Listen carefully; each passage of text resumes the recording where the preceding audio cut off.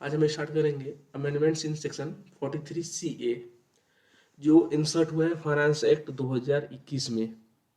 Applicable कब से है? असेसमेंट ईयर 2021-22 से।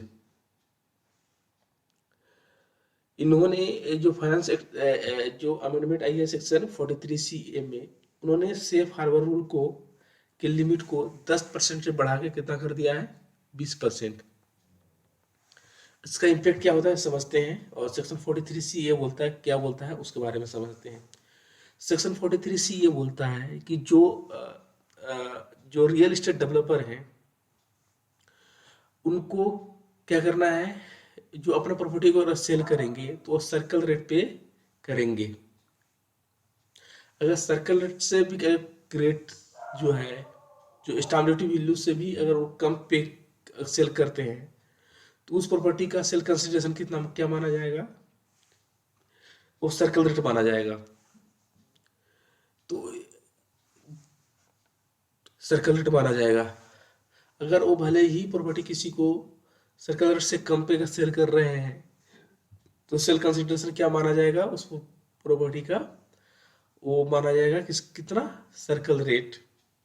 या सर्कल रेट से अधिक करते हैं तो कोई इशू ही नहीं है कि अधिक पे सेल कर रहे हैं तो प्रॉफिट अधिक होगा। अगर सर्कल रेट से कम पे कर रहे हैं तो सेल वैल्यू क्या हो जाएगी? सर्कल रेट हो जाएगा। यहाँ पे इन्होंने एक सेफ हार्बर रूल है, उसमें बोलता है कि अगर सर्कल रेट किसके लिए है? ये रियल इस्टेट डेवलपर के लिए। यहाँ पे जो सेफ हार्बर रूल है वो बोलता है कि अगर आपने सर्कल रेट से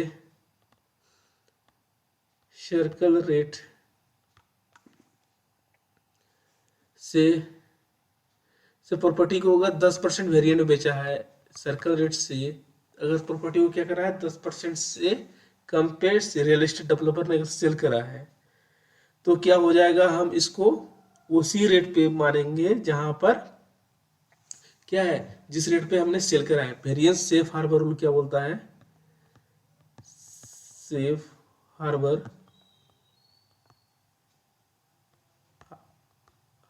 रूल वो क्या पता 10% का जो सर्कल रेट का वो कब था 10%।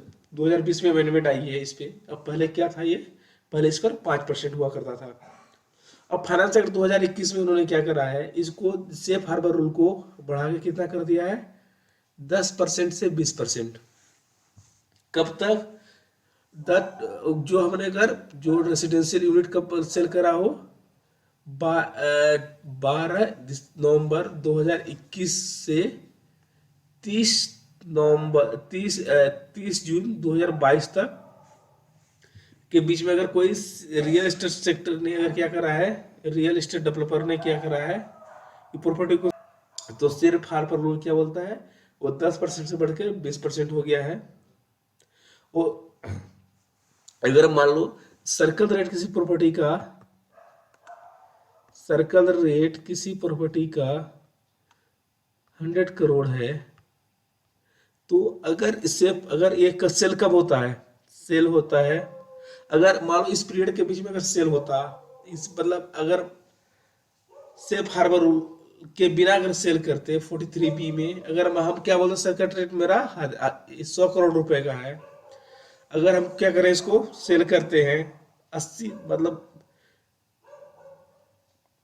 माल 70 लाख रुपए में, तो मेरा सेल प्राइस कितना माना जाएगा? ये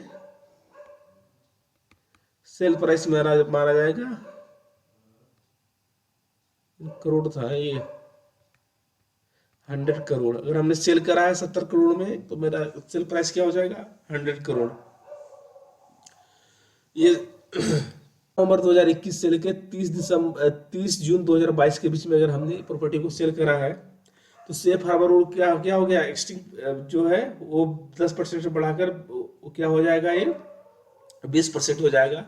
अगर इस पीरियड में हमने क्या करा है सेल को कि 30 नवंबर 2021 12 नवंबर 12 नवंबर 2021 से 30 जून 2022 तक हमने क्या करा है इसको। मान लो हमने 100 करोड़ का प्रॉपर्टी था, करोड़ करोड़ का प्रॉपर्टी था, हमने इसको कितने में सेल कर दिया?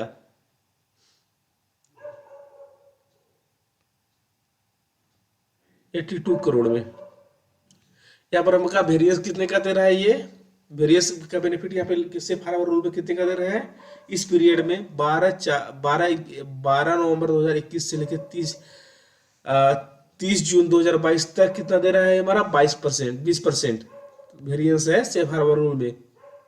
इसका अगर इस प्रॉपर्टी को अगर हम 20% सर्कल रेट से कम पे अगर 20% के रेट से अगर वेरिएंस पे हम सेल करते हैं तो एक्चुअल ट्रांजैक्शन जो है हमारा वही सेल माना जाएगा। हमने यहाँ पर कितना सेल करा है? 22 करोड़ रुपए में सेल करा है। कितनी की प्रॉपर्टी को? 100 करोड़ की प्रॉपर्टी जिसका रेट था हमने 22 मतलब 82 करोड़ में उसको सेल करा है। तो वेरिएंस कितने का हो गया? यहाँ पर वेरिएंस हमारा हो गया 18% का।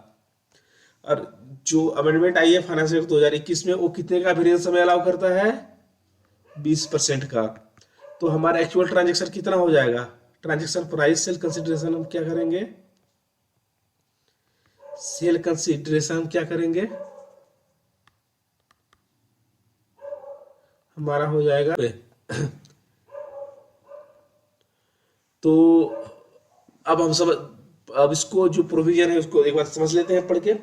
In order to boost the demand in the real estate sector and enable the real estate developers to liquidate their unsold inventory at a lower rate to home buyers, Finance Act 2021 has increased the safe harbor threshold limit from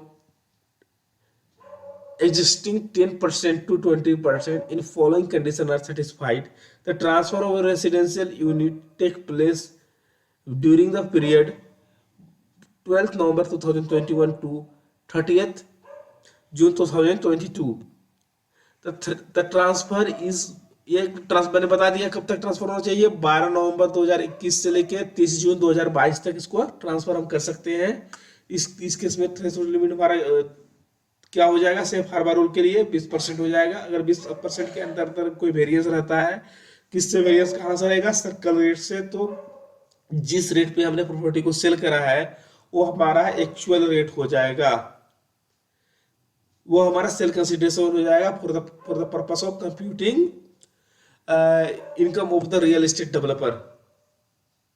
अगर variance अगर क्या होता है 10-20% अधिक होता है तो circle rate ही हमारा सेल कंसिडरेशन माना जाएगा और वेरिएंस को हम इग्नोर कर देंगे for the purpose of the computing income of the real estate developers. इसमें ट्रांसफर किसकी होना चाहिए? रेसिडेंशियल फर्स्ट टाइम अलॉटमेंट होना चाहिए। किसका? रेसिडेंशियल यूनिट का। The transfer is by way of the first time allotment of the residential unit to any person. First time allotment किसका होना चाहिए? रेसिडेंशियल यूनिट का होना चाहिए। द कंसिडरेशन रिसीव्ड और accrue a result of such transfer does not exceed 2 crore rupees. ये transfer कितना का? देखिए अब यहाँ पर थोड़ा सा यहाँ पर जो मैंने एग्जांपल दिया था ये हमारा 100 करोड़ नहीं होके मैं इसका लिमिट इन्होंने क्या करा है? 2 करोड़ रुपए करे हैं। 2 करोड़ है या 1.7 करोड़ हो गया।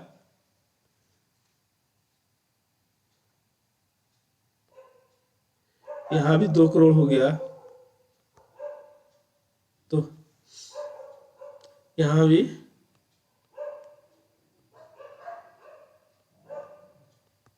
1.7 करोड़ हो गया। यहाँ भी 1.7 करोड़ हो गया। कब सेल होनी चाहिए? प्रॉपर्टी सेल होनी चाहिए 12 नवंबर 2021 से 30 जून 2022 के बीच में उस प्रॉपर्टी को सेल होना चाहिए, ट्रांसफर होना चाहिए। किसके द्वारा? रियल एस्टेट डेवलपर के द्वारा। वो फर्स्ट टाइम अलॉटमेंट होगा। दूसरा कंडीशन है उस प्रॉपर्टी का फर्स्ट टाइम अलॉटमेंट होगा और वह किसके लिए होगा? रेसिडेंशियल यूनिट होगा, नहीं कि रियल एस्टेट डेवलपर कितनी बार क्या क्या करते हैं, प्लॉट खरीदे, उसको डेवलप किया, बेच दिया। डेवलप मीन्स कि बिल्डिंग बना, लाइक उसको बनाया उस जगह को और बेच दिया, बिल्डिंग नहीं बनाया है। यहाँ पर क्या होगा, फर्स्ट टाइम अलॉटमेंट होगा किसका, रेसिडेंशियल यूनिट का, मतलब घर उन्होंने सेल करा है। सेल क्या करना चाहिए, घर सेल रेसिडेंशियल हाउस या यूनिट होना चाहिए। तो सेल ट्रांजेक्शन क्या होना चाहिए, 2 करोड़ से कम कम का होना चाहिए। अगर 2 करोड़ से ये लिमिट अगर अगर 2 करोड़ से अधिक का है तो थ्रेशोल्ड लिमिट जो 10% से 20% उन्होंने इंक्रीज करा है किस पीरियड के लिए, 12 नवंबर 2021 से 30 जून 2022 के लिए, वो हम बेनिफिट इसका क्लेम नहीं कर सकते हैं। 3 कंडीशन है, रेसिडेंशियल यूनिट कब को ट्रांसफर होना चाहिए, 12 नवंबर 2021 से लेके 30 जून 2022 तक। वो रेसिडेंशियल यूनिट होना चाहिए और फर्स्ट टाइम अलॉटमेंट होना चाहिए और उसका ट्रांजेक्शन वैल्यू कितना होना चाहिए, 2 करोड़ से कम कम का होना चाहिए। Accordingly, for this transaction, circuit rate shall be deemed as sale purchase consideration only if the variation between the agreement value and circuit rate is more than 20%। जैसे मैंने बताया था कि अगर वो वेरिएशन रेट अगर 20% से अधिक होता है किससे, एग्रीमेंट वैल्यू और सर्कल रेट से, तो किस क्या हो जाएगा वो, दो जो है जो सर्कल रेट है वो वही हमारा क्या माना जाएगा, जो सर्कल रेट है वो क्या माना जाएगा, हमारा सेल कंसिडरेशन। वेरिएशन 20% से कम कम का है तो हमारा क्या हो जाएगा, एक्चुअल सेल जो हम जिस पे हमने एग्रीमेंट करा है वही हमारा सेल कंसिडरेशन हो जाएगा। ये पहले था, मैंने जैसे बताया पहले ये फाइनेंस एक्ट 2020 में इन्होंने चेंज करा है इसको। 2020 से पहले लिमिट कितना था, 5%। 2020 में इन्होंने इस लिमिट को बढ़ा के 5 से 10% करा हुआ था।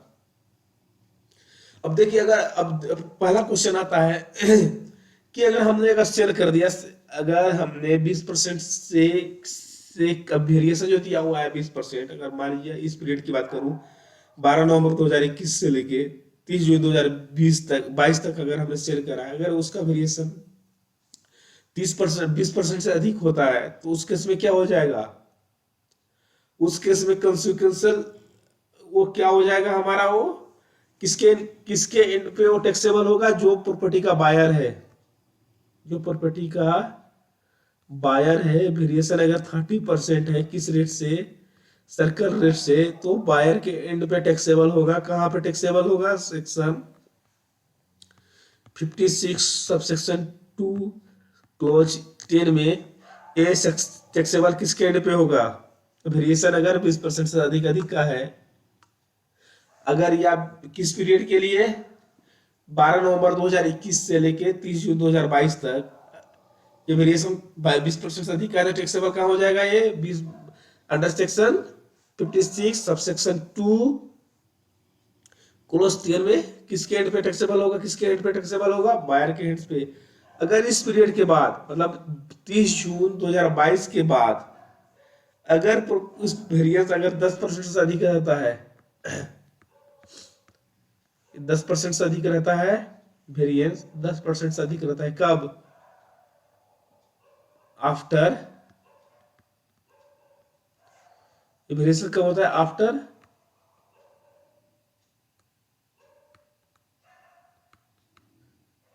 2022 को।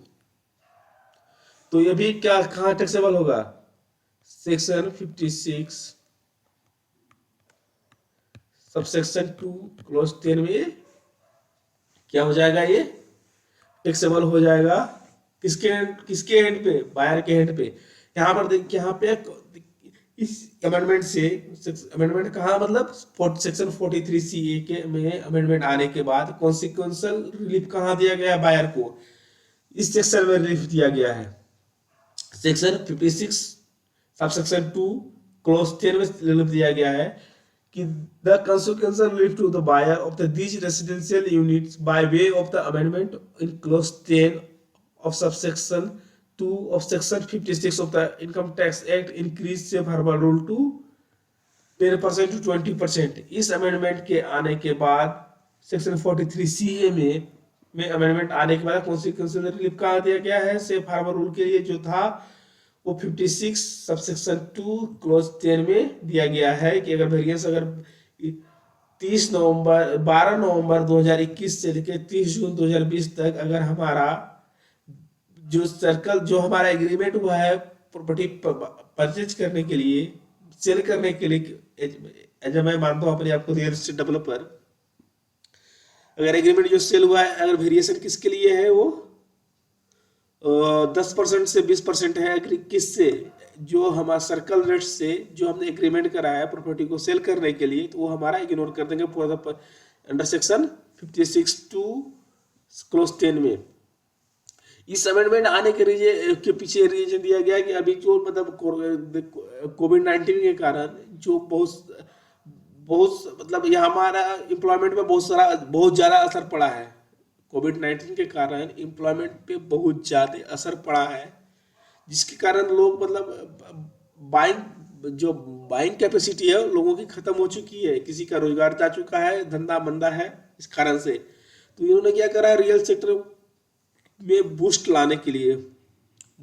लाने के लिए और जो है जो होम बायर्स को सस्ता घर मिले, इसलिए उन्होंने प्रोविजन को लाया है कि मतलब रियल एस्टेट डेवलप करें, रियल एस्टेट सेक्टर डेवलप करें, जिससे वहाँ पर रियल एस्टेट सेक्टर में होता क्या है, रोजगार बहुत बढ़ते हैं वहाँ पे, मतलब रियल एस्टेट सेक्टर में रोजगार बहुत ज़्यादा होता है, क्रिएशन वहाँ पे बहुत अधिक होता है। इस कारण उन्होंने मेन रीजन ये भी है इसका कि मतलब एम्प्लॉयमेंट बढ़ाने के लिए जो कोविड-19 के कारण लोगों का रोजगार चले गया था, इसको बढ़ाने के लिए उन्होंने सेफ हार्बर रूल को क्या करा, 10% से बढ़ा के 20% कर दिया है। ये भी सर्टेन पीरियड के लिए, मतलब 7.5 महीने 7.5 महीने के लिए करा इन्होंने, इसको 7.5 महीने के आसपास के लिए पीरियड के लिए करा है, जिससे हो सकता है कि इसका इम्पेक्ट पड़े रियल एस्टेट डेवलपर सेक्टर में और लोगों को रोजगार मिले, लोग सस्ते घर खरीदें। आई होप आप लोगों को इस टॉपिक समझ में आ गया होगा। नेक्स्ट आप कमेंट बॉक्स में आप आदेश दे सकते हैं कि आप नेक्स्ट वीडियो किस टॉपिक पे चाहिए, हम कोशिश करेंगे उस पर बनाने के लिए। आई होप वीडियो को लाइक करें और शेयर जरूर करें। धन्यवाद।